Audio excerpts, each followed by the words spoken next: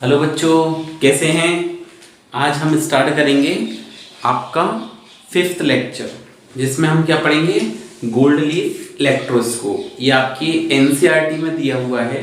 ठीक है, हम एनसीईआरटी के अकॉर्डिंग देखें तो आपका एनसीईआरटी में जो कुछ टॉपिक दिए हुए हैं कूलाम्स लॉ से पहले, उनके बारे में डिस्कस करेंगे। ठीक है, और आप सबका अपना चैनल आसान फिजिक्स में स्वागत करता हूँ। तो देखिए, अपन बात कर रहे हैं गोल्ड लीफ इलेक्ट्रोस्कोप की। ये इसका डायग्राम है गोल्ड लीफ इलेक्ट्रोस्कोप का। तो हम देखें गोल्ड लीफ इलेक्ट्रोस्कोप होता क्या है, स्वर्ण पत्र विद्युतदर्शी किसे कहते हैं, या गोल्ड लीफ इलेक्ट्रोस्कोप क्या होता है। तो देखो क्या कहेंगे, इट इज ए डिवाइस, ऐसे भी कह सकते हैं, it is very sensitive device which is used to detect approximate amount of charge on any body. ठीक है, एक लगभग या अनुमानित मान प्राप्त हो सकता है। ठीक है, तो gold leaf electroscope is a device which is used to determine approximate amount of charge on any body। मतलब स्वर्णपत्र विद्युतदर्शी एक ऐसा उपकरण है जिसकी सहायता से किसी वस्तु पर अनुमानित आवेश के बारे में जानकारी प्राप्त होती है। ठीक है, उसको अपन क्या कहते हैं, गोल्ड लीफ इलेक्ट्रोस्कोप। इसका डायग्राम देखें तो अगर हम कंस्ट्रक्शन की बात करें तो क्या होता है, gold leaf electroscope consist a glass jar. Okay, gold leaf electroscope consists a glass jar in which a metal rod is connected। This is the metallic rod in which a metal rod is connected with the help of this cork। किसके help से connect करते हैं, cork की help से connect कर देते हैं। ठीक है, तो metallic rod is connected with the help of this cork and at the upper end of this metal rod a metallic disc is connected through which a charged body can be touched and at the lower end two gold leaves are connected। ठीक है, through which approximate amount of charge is determined। क्या बताया आपको, gold leaf electroscope में एक glass का jar होता है। इस ग्लास के जार में हम क्या करते हैं, एक मेटल की रॉड, धातु की एक रॉड है, ये कॉर्क से हेल्प से कनेक्ट कर देते हैं। ठीक है, इसके अपर एंड पर, ऊपर वाले भाग पर जिस भी चार्ज बॉडी को हमको अप्रोक्सीमेट अमाउंट डिटरमाइन करना है उसको टच करते हैं, और लोअर एंड पर क्या करेंगे, दो गोल्ड लीफ्स को कनेक्ट कर देते हैं। ठीक है, क्या बताया, एक कांच के पात्र में हमने एक धातु की छड़ लगा ली, ऊपर वाले सिरे पर क्या किया, कोई धातु की डिस्क लगी होती है जिससे हम क्या करते हैं, आवेशित वस्तु को संपर्कित करवाते हैं, और नीचे वाले भाग पर दो स्वर्ण पत्रों को जोड़ देते हैं। ये सिंपल सा इसका कंस्ट्रक्शन हो गया। ठीक है, वर्किंग की बात करें, ठीक है, तो वर्किंग क्या होगी, whenever a charged metal body is touched with metallic disc of gold leaf। ठीक है, कोई भी चार्ज बॉडी को हम क्या करेंगे, चार्ज बॉडी को टच करेंगे, किससे, मेटेलिक डिस्क से, किसकी, गोल्ड लीफ्स की। तो मेटल क्या होते हैं, कंडक्टर होते हैं। सो ये चार्ज क्या होगा, फ्लो होगा, ट्रांसफर होगा, and they can be transferred to the gold leafs. So same nature charge is produced on both the gold leaves, then repulsion force active between them, so they become diverse। फैल जाएंगी, ऐसे diverse होंगी। ठीक है, हमने क्या किया, कोई चार्ज बॉडी को जैसे टच किया, कहां पर टच किया, मेटेलिक डिस्क से टच किया, तो ये चार्ज, मेटल क्या होता है, कंडक्टर होता है, कंडक्ट करता है चार्ज को। तो ये क्या करेगा, चार्ज को कंडक्ट करेगा, और ये चार्ज किस पर ट्रांसफर हो जाएगा, इसके थ्रू गोल्ड लीव्स पर। अब गोल्ड लीफ पर अगर ट्रांसफर हो जाएगा तो गोल्ड लीफ्स दोनों क्या होंगी, सेम नेचर चार्ज के कारण क्या होगा, इनमें रिपल्सन होगा, और रिपल्सन होगा तो ये क्या करेंगी, डाइवर्ज हो जाएंगी, क्या होंगी, फैल जाएंगी, दूर दूर हटेंगी। ठीक है, और अगर कोई पहले से चार्ज गोल्ड लीफ है, इसके पास पहले से कोई चार्ज है स्मॉल अमाउंट में, फिर उसके बाद हम सेम नेचर चार्ज की कोई बॉडी लाएं, ये पहले से इस पर क्या है, चार्ज है, और हम कैसी बॉडी लाए, सेम नेचर चार्ज की बॉडी लाए, और जब हमने इसको टच करवाया, किस पर टच करवाया, मेटल डिस्क पर, तो इस पर क्या हुआ, गोल्ड लीफ पर अमाउंट ऑफ चार्ज बढ़ा, तो अमाउंट ऑफ चार्ज बढ़ गया तो डाइवर्जन भी क्या हो जाएगा, ज्यादा हो जाएगा, डाइवर्जन भी क्या हो जाएगा, बढ़ जाएगा, ज्यादा फैलाव आ जाएगा गोल्ड लीफ में। तो हम क्या कर सकते हैं, इससे बता सकते हैं कि अमाउंट ऑफ चार्ज इंक्रीज, बढ़ रहा है चार्ज की मात्रा। तो अपन ने क्या बताया, approximate amount of charge can be determined, लगभग मात्रा पता चल जाती है कि कम है या ज्यादा है। ठीक है, लेकिन अगर मान लो कि कोई गोल्ड लीफ आपके पास ऐसा है, कैसा गोल्ड लीफ है, पॉजिटिवली चार्ज गोल्ड लीफ है। कैसा गोल्ड लीफ है, पॉजिटिवली चार्ज गोल्ड लीफ है। इस पर इन इन लीव्स पर कैसा चार्ज है, पॉजिटिव चार्ज है, और हमने इस पर कैसी बॉडी टच करवाई, consider that negatively charge touch करवाई, इसकी जगह पॉजिटिव चार्ज की जगह कौन सी बॉडी टच करवाई, नेगेटिवली चार्ज बॉडी टच करवाई, तो वो नेगेटिव चार्ज इस पर ट्रांसफर होगा। अब ये नेगेटिव चार्ज क्या करेगा, इस लीव्स के पॉजिटिव चार्ज को क्या कर देगा, न्यूट्रलाइज कर देगा, क्या कर देगा, न्यूट्रलाइज कर देगा, उदासीन कर देगा। तो न्यूट्रलाइज कर देगा तो अमाउंट ऑफ चार्ज क्या हो जाएगा, कम हो जाएगा, आवेश की मात्रा पहले से क्या हो जाएगी, कम हो जाएगी, तो ये लीव्स क्या होंगी, कन्वर्ज हो जाएंगी, पास पास आ जाएंगी। ठीक है, इस प्रकार से ये वर्क करता है। ठीक है, तो ये हो गया आपका क्या, गोल्ड लीफ इलेक्ट्रोस्कोप। क्या बताया आपको gold leaf electroscope, it is a device which is used to determine approximate amount of charge on any charge body। ठीक है, एक ऐसा उपकरण जिसकी सहायता से, एक ऐसा सुग्राही उपकरण जिसकी सहायता से किसी आवेशित वस्तु के अनुमानित आवेश का मान ज्ञात कर सकते हैं। ठीक है, उसको हम क्या कहते हैं, गोल्ड लीफ इलेक्ट्रोस्कोप कहते हैं। अब देखो हमने क्या लिया था, ये कंस्ट्रक्शन देख लिया, ये ग्लास जार के अंदर अपन ने क्या किया, एक मेटल रॉड लगा दी, मेटल रॉड के अपर एंड पर, ऊपर वाले सिरे पर क्या किया आपने, कोई चार्ज, एक मेटल डिस्क लगा दी जिस पर हम क्या कर सकते हैं, किसी चार्ज बॉडी को टच करवा सकते हैं। ठीक है, और लोअर एंड पर मतलब नीचे वाले सिरे पर हमने क्या किया, दो गोल्ड लीफ को कनेक्ट कर दिया, जिससे इनमें डाइवर्जन होगा और अप्रॉक्सीमेट अमाउंट ऑफ चार्ज को हम फाइंड आउट कर सकते हैं। ठीक है, तो हमने क्या किया था, कोई चार्ज बॉडी को टच करवाया, पॉजिटिवली चार्ज बॉडी को टच करवाया। अब जैसे ही आपने पॉजिटिवली चार्ज बॉडी टच करवाई तो ये चार्ज क्या होगा, इस पर ट्रांसफर होगा, और जैसे ये चार्ज इस पर ट्रांसफर होगा तो चार्ज के ट्रांसफर होने के कारण ये चार्ज जब गोल्ड लीफ पर आ जाएगा तो गोल्ड लीफ पर सेम नेचर चार्ज होने के कारण, कैसा चार्ज, सेम नेचर चार्ज होने के कारण उनमें क्या होगा, रिपल्सन, तो क्या होंगी, फैल जाएंगी, डाइवर्ज हो जाएंगी। लेकिन अगर पहले से कोई गोल्ड लीफ पॉजिटिवली चार्ज है और उस पर सेम नेचर चार्ज की बॉडी लाएंगे तो फिर से अमाउंट ऑफ चार्ज क्या होगा, बढ़ने लग जाएगा, और अमाउंट ऑफ चार्ज अगर बढ़ने लग जाएगा तो क्या होगा, डाइवर्जन की मात्रा क्या हो जाएगी, पहले से ज्यादा हो जाएगी। लेकिन फिर हमने कंसीडर दैट ये पॉजिटिव चार्ज की जगह इस पर कैसा चार्ज टच करवाया, नेगेटिवली चार्ज बॉडी टच करवाई, कैसी, negative charge, opposite nature charge, तो धीरे धीरे इसका पॉजिटिव चार्ज क्या होगा, न्यूट्रलाइज होगा, तो गोल्ड लीफ्स पर अमाउंट ऑफ चार्ज क्या हो जाएगा, पहले से कम हो जाएगा, कम हो जाएगा तो बॉडी क्या होगी, कन्वर्ज हो जाएगी, क्या होगी, कन्वर्ज हो जाएंगी, मतलब ये गोल्ड लीफ्स क्या हो जाएंगी, कन्वर्ज हो जाएंगी, मतलब पास पास हो जाएंगी, नॉट बॉडी, गोल्ड लीफ्स क्या होंगी, कन्वर्ज हो जाएंगी, पास पास आ जाएंगी।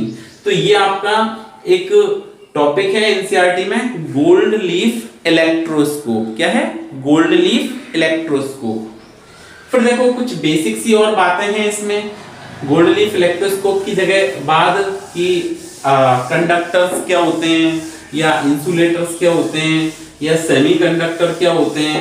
ठीक है, तो अपन ऐसे कह सकते हैं कि हमको क्या बताना है, टाइप्स ऑफ बॉडी, तो जनरली 3 टाइप की पढ़ेंगे अपन किसी में भी। ठीक है, इलेक्ट्रोस्टैटिक की बात करें या इलेक्ट्रोडायनेमिक्स की बात करें, ठीक है, तो हम 3 टाइप की बॉडीज की बात करेंगे। एक तो होते हैं कंडक्टर्स, क्या होते हैं, conductors, these are rich of electrons, इलेक्ट्रॉनों की क्या होगी, इनमें बहुत मात्रा ज्यादा होगी, अधिकता होगी, रिच ऑफ इलेक्ट्रॉन्स। तो अगर हम कंडक्टर्स की यहाँ पे डेफिनेशन लिखेंगे तो क्या होगी, those substance which can allow charge to pass through them। ठीक है, those substance which can allow charge, और that is charge कौन, electrons, क्योंकि ये rich of electrons हैं। ठीक है, तो those substance which allow charge to pass through them is called conductors। ठीक है, जैसे अगर अपन एग्जांपल की बात करें तो human body also a conductor, earth also a conductor, all metals also a conductors। तो these are the example of conductors। क्या बताया, चालक वे पदार्थ जो स्वयं में से विद्युत आवेश का या इलेक्ट्रॉन का क्या करते हैं, प्रवाह करते हैं, विद्युत आवेश से इलेक्ट्रॉन का प्रवाह करते हैं, उसको अपन क्या कहते हैं, कंडक्टर कहते हैं, चालक कहते हैं। जैसे इसके एग्जाम्पल हमने क्या पढ़े, एग्जाम्पल में ह्यूमन बॉडी, मानव शरीर जो होता है, ह्यूमन बॉडी जो है इट इज ए कंडक्टर। ठीक है, और क्या पढ़ा, earth, earth is also a conductor, पृथ्वी चालक है, और ऑल मेटल्स, जितने भी मेटल्स हैं वो भी क्या हैं, कंडक्टर्स हैं। ठीक है, तो ये कंडक्टर्स हो गए। फिर आप पढ़ेंगे इंसुलेटर।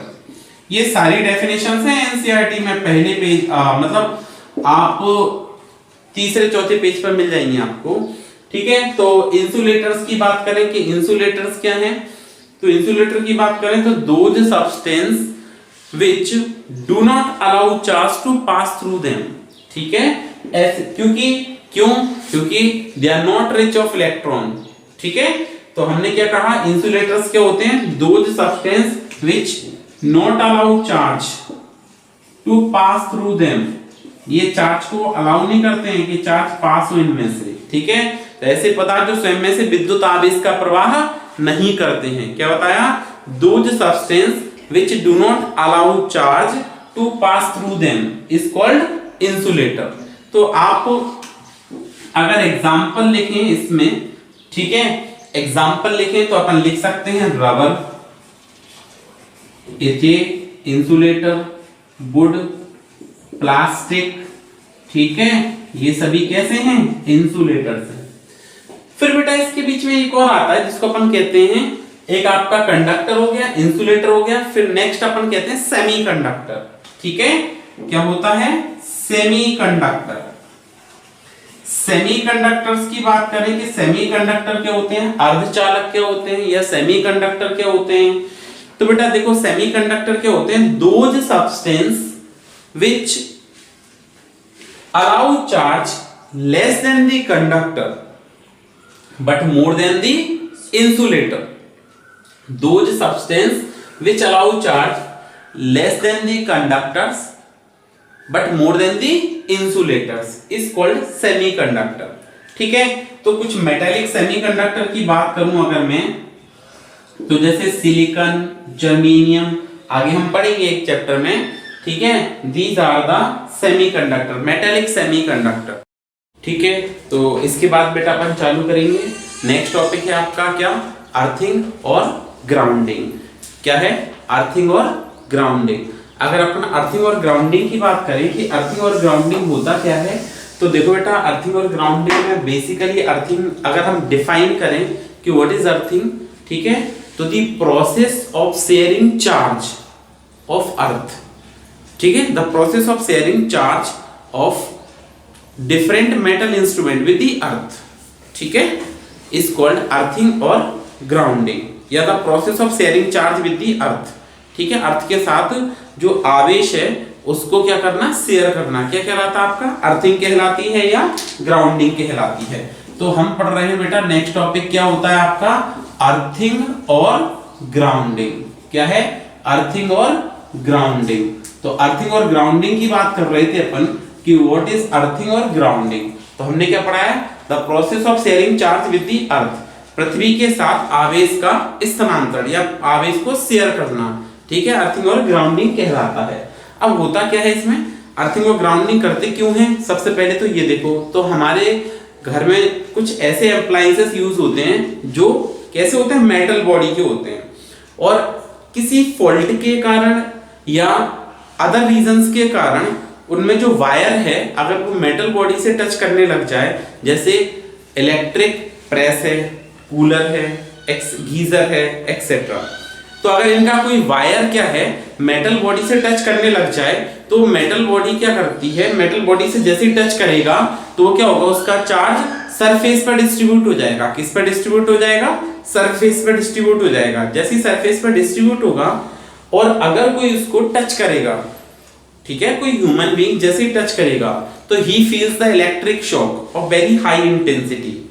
ठीक है, तो जैसे क्या होता है, उसका कोई वायर कई बार क्या होता है फॉल्ट के कारण टच करने लगता है मेटल बॉडी से, जैसे प्रेस में या कूलर में या गीजर में, तो वो टच करेगा तो वो क्या करेगा, सरफेस, उसकी सरफेस पर चार्ज डिस्ट्रीब्यूट हो जाएगा, और अगर कोई टच करेगा उसको तो ही फील हाई इलेक्ट्रिक शॉक। इस कारण से हम क्या करते हैं, अर्थिंग करते हैं, ग्राउंडिंग करते हैं। अब देखो कैसे करते हैं, हम क्या करते हैं, अर्थ में एक गहरा गड्ढा खोदते हैं, ठीक है, उसमें हम क्या करते हैं, एक मेटल प्लेट कनेक्ट कर देते हैं, बड़ी सी मेटल प्लेट होती है उसको रख देते हैं, उससे एक वायर कनेक्ट करके हम अपने घर तक लाते हैं। जैसे आपने पढ़ा होगा 3 वायर जो फेस आता है, या अपन ऐसे बात करें कि जो कूलर है इसके जो पिंस है वो कितने होते हैं, 3 पिंस होते हैं, ठीक है। एक अपन जिसको कहते हैं फेज, दूसरे को कहते हैं नेगेटिव या न्यूट्रल भी कहते हैं कई बार, और थर्ड को कहते हैं अर्थिंग।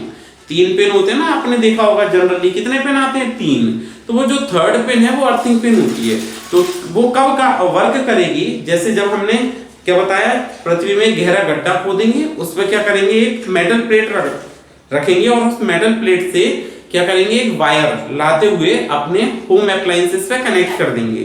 तो क्या होगा, अगर वो चार्ज शेयर हो रहा है, कभी चार्ज शेयर होगा उन मेटल बॉडी पे या चार्ज डिस्ट्रीब्यूट होगा उन मेटल बॉडी पे, तो जैसे ही वो चार्ज डिस्ट्रीब्यूट होगा तो वो अर्थ वायर क्या करेगा, उसको अर्थ में ट्रांसफर कर देगा, ठीक है। तो उसकी सरफेस पे, जो मेटल बॉडी है उसकी सरफेस पे क्या होगा, amount of charge become decreases या small. So when we touch it, then we feel electric shock of very small intensity, लगेगा तो तब भी, लेकिन बहुत ज्यादा कम इंटेंसिटी का होगा, ठीक है। लेकिन अगर हम ऐसा नहीं करते हैं, then very high electric shock can be feel। तो ये आपकी प्रोसेस होती है, कौन सी प्रोसेस होती है, इसको अपन क्या कहते हैं, अर्थिंग या ग्राउंडिंग, ठीक है। अब हम 2 बेसिक से न्यूमेरिकल्स करते हैं इस पर, ठीक है, बड़े ही अच्छे न्यूमेरिकल हैं। तो देखो पहला न्यूमेरिकल क्या है, पहला एग्जांपल अगर अपन ले तो हमने लिखा 5 स्फीयर्स मार्क 1 to 5, इस पे 1 से 5 अंकित है, लिखा हुआ है 5 स्फीयर्स मार्क 1 to 5, ठीक है, are separately suspended from thread, separately suspended from thread, एक धागे से बंधे हुए हैं, सेपरेटली सस्पेंडेड फ्रॉम थ्रेड, किससे बंधे हुए हैं, धागे से बंधे हुए हैं, ठीक है। And sphere 1 2 okay 2 3 okay and 3 4 shows attraction, ये क्या शो करते हैं, इट shows attraction, ये आकर्षण प्रदर्शित करते हैं, shows attraction, ठीक है। then sphere 1 will be, then sphere charge of sphere 1, charge of sphere 1, पहले स्फीयर का आपको चार्ज बताना है कि फर्स्ट स्फीयर पे कैसा चार्ज होगा। अब अगर आपको फर्स्ट स्फीयर का चार्ज बताना है तो देखो charge of sphere 1 will be, तो देखो कैसे कैलकुलेट करेंगे, आपको क्या पड़ा 1 2 ठीक है 2 3 एंड 3 4 shows attraction, ये क्या शो कर रहा है, अट्रैक्शन शो कर रहा है, ठीक है। एंड जो 1 2 है 2 3 है 3 4 है, अट्रैक्शन शो कर रहा है। अगर ये अट्रैक्शन शो कर रहा है तो अपन को क्या बताना है, स्फीयर 1 विल बी, स्फीयर 1 पे कैसा चार्ज होगा। इफ इसमें एक कंडीशन और है कि what is the charge of sphere 1 if 4 is positively charge, क्या कह दिया, इफ, ये भी कंडीशन क्वेश्चन में है, sphere 4 is positively charge, 4 is positively charge, एक की कंडीशन आपको पता होनी चाहिए, नहीं तो कैलकुलेशन नहीं हो पाएगी, ठीक है। तो हमने क्या कहा कि 5 स्फीयर्स मार्क 1 to 5, 5 स्फीयर्स हैं are separately suspended from thread 1 2 2 3 and 3 4 attraction show करते हैं, ठीक है। तो आपको स्फीयर 1 का चार्ज बताना है, क्या कंडीशन है कि स्फीयर 4 जो है वो कैसा है, पॉजिटिवली चार्ज है। फिर से ध्यान दें, आपको क्या कहा, 5 गोले हैं जिन पे 1 से 5 अंकित है, 1 2 2 3 3 4 कैसा आकर्षण को प्रदर्शित करते हैं, और एक पर कैसा, आपको स्फीयर 1 का क्या बताना है, आवेश बताना है, अगर 4 पर कैसा है, धन आवेश है। तो बिल्कुल सिंपल है, अपन 4 से स्टार्ट करते हैं। देखो आपसे कहा गया है कि स्फीयर 4 इज पॉजिटिवली चार्ज, मतलब स्फीयर 4 कैसा है, पॉजिटिवली चार्ज है। अगर ये पॉजिटिव चार्ज है तो अट्रैक्शन शो करने के लिए, आकर्षण को प्रदर्शित करने के लिए, किसको प्रदर्शित करने के लिए, आकर्षण को प्रदर्शित करने के लिए, अट्रैक्शन को शो करने के लिए इस पर क्या होना चाहिए, नेगेटिव। अब अगर 3 पर नेगेटिव हो गया तो इस पर भी क्या होना चाहिए, नेगेटिव। और अगर आकर्षण प्रदर्शित करेगा, अट्रैक्शन शो करेगा तो इस पर कैसा होना चाहिए, पॉजिटिव। और अगर इस पर पॉजिटिव है तो इस पर भी क्या होगा, पॉजिटिव होगा। और अगर इस पर पॉजिटिव है तो स्फीयर 1 पे नेगेटिव आ जाएगा। बात समझ में आ गई। तो हम क्या लिखेंगे, sphere 1 will be negatively charge, sphere 1 will be negatively charged. Negatively charged. Sphere 1 will be negatively charged. बात समझ में आ गई? बहुत ही सिंपल सा क्वेश्चन था, ठीक है। आपको ये कंडीशन दी गई थी कि 5 स्फीयर है, 1 2 5 पे लिखा हुआ है। आपको कह रहे थे 1 2 2 3 3 4 क्या शो करते हैं? अट्रैक्शन शो करते हैं। तो स्फीयर 1 का चार्ज बताना था आपको, कब? जब स्फीयर 4 कैसा है? पॉजिटिवली चार्ज है। क्या आपको बात समझ में आई? ठीक है।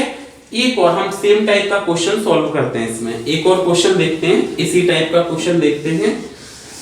देखिए, ये आपको सॉल्व करना है। जो क्वेश्चन मैं दूंगा वो पॉज करके आप क्या करेंगे? इसको सॉल्व करेंगे। क्या करेंगे? सॉल्व करेंगे, ठीक है। तो देखो, इसमें है 1 2 2 4। क्या कंडीशन है आपकी कि सेम क्वेश्चन है, लैंग्वेज इसकी सेम है। क्या है? 5 spheres mark 1 to 5 are separately suspended from thread, ठीक है। फिर आपसे ऐसे कहा गया है क्वेश्चन में क्या कि 1 2 2 4 एंड 4 1, 1 2 2 4 एंड 4 1 फ्रॉम थ्रेड। यहां पे एक स्फीयर और लिख लेना, स्फीयर 1 2 स्फीयर 1 2 2 4 एंड क्या 4 1 सोर्स अट्रैक्शन। ये क्या करते हैं? Source attraction. ये बेटा क्या करते हैं? क्या शो करते हैं? अट्रैक्शन को शो करते हैं। किसको शो करते हैं? अट्रैक्शन को। एंड पेयर, एक और आपको पेयर दिया गया है ऐसे स्फीयर्स का, ठीक है। वो कौन सा है? 2 3 एंड 4 5। कितना? 2 3 एंड 4 5 क्या कर रहे हैं? Source repulsion. Source repulsion, repulsion. Then फिर से again find charge of sphere 1, find charge of sphere 1, ठीक है। क्या कहा है? 5 गोले हैं जिनको एक धागे से बांधा गया है, ठीक है, फ्रॉम थ्रेड स्फीयर, या अपन ऐसे लिख सकते हैं पेयर्स। पेयर लिखें यहां पे, क्या लिखें? Pair. Pair 1 2 2 4 and 4 1 shows attraction, while the pair 2 3 and 4 5 shows repulsion. Find charge of sphere 1, ठीक है। आपसे क्या पूछा गया था कि 5 गोले हैं जिन पे 1 से 5 अंकित है, उनमें से युग्म 1 2 2 4 और 4 1 आकर्षण को प्रदर्शित करता है, जबकि युग्म 2 3 और 4 5 प्रतिकर्षण को प्रदर्शित करता है। तो आपको क्या करना था? स्फीयर 1 का चार्ज बताना था, इसका आवेश बताना था। देखते हैं, देखो हमने इसको सॉल्व किया। तो आपका जो पेयर है 1 2 लिख लेंगे पहले, 2 4 और 4 1। काफी अच्छा क्वेश्चन है ये क्या शो कर रहा है आपका? इस सोर्स अट्रैक्शन। क्या शो कर रहा है? अट्रैक्शन को शो कर रहा है, आकर्षण को प्रदर्शित कर रहा है। और जो दूसरा पेयर है वो क्या है? 2 3 एंड 4 5। ये क्या रिप्रेजेंट कर रहा है? ये रिपल्सन को रिप्रेजेंट कर रहा है।